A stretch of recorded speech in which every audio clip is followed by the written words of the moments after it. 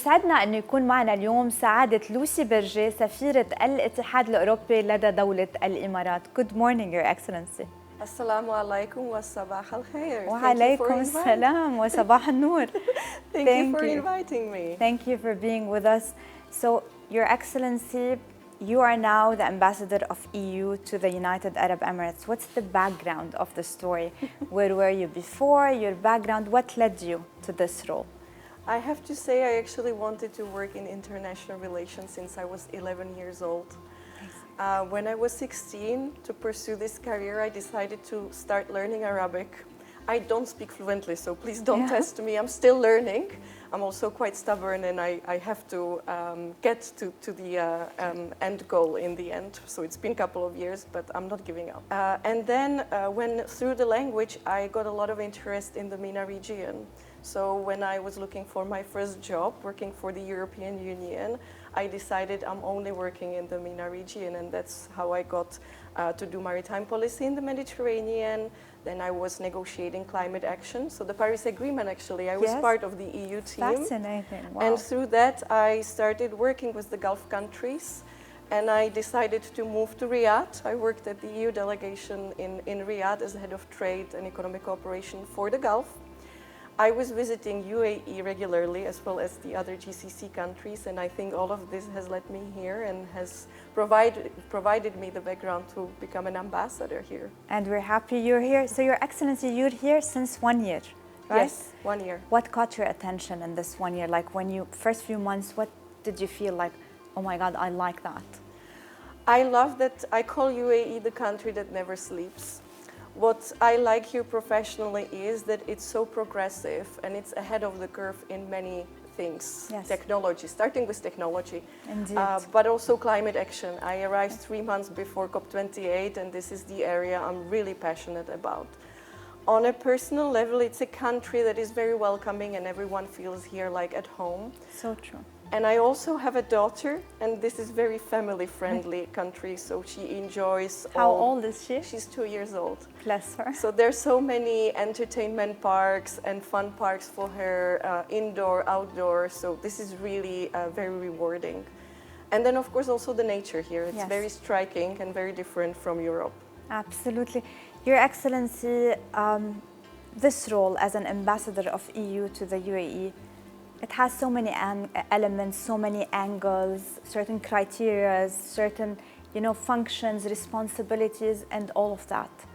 What is the most fulfilling area or angle to this role?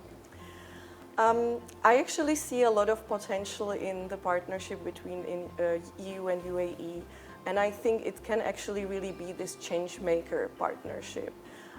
So what really drives me is to be part of the process, to lay the foundation for being part of the change, be it in climate action, green transitions, technology, artificial intelligence. And all of these topics, by the way, are passions of mine. Yes. So not only that I'm ambassador to the UAE, which is a great country, but the priorities are aligned with the EU, but also with my personal passions. Yeah. So that's really rewarding.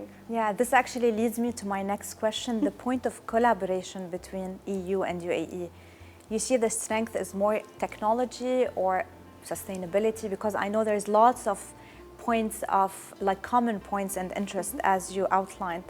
If you can share with us some examples, things so we're aware. I think we're currently really on a positive trajectory when it comes to our bilateral cooperation. Trade and investment is obviously very strong. We're to each other one of the top trading and investment partners. So what I want to see, and I think we will be seeing now more, is collaboration exactly on technology. Yes. There's already a lot on climate action, but we're pursuing even more. Green transition investment, for example, but also education, culture, and of course security. I really want to see EU becoming a true security partner also for the UAE. Yeah. From examples, the one that I really want to highlight is our European Film Festival, which we organized for the first time in May to celebrate the Europe Day. And it was very successful event, so we're planning to actually do this an annual exercise. So every May there will be an European Film Festival. We have films from most of the EU member states, so different languages, different cultures.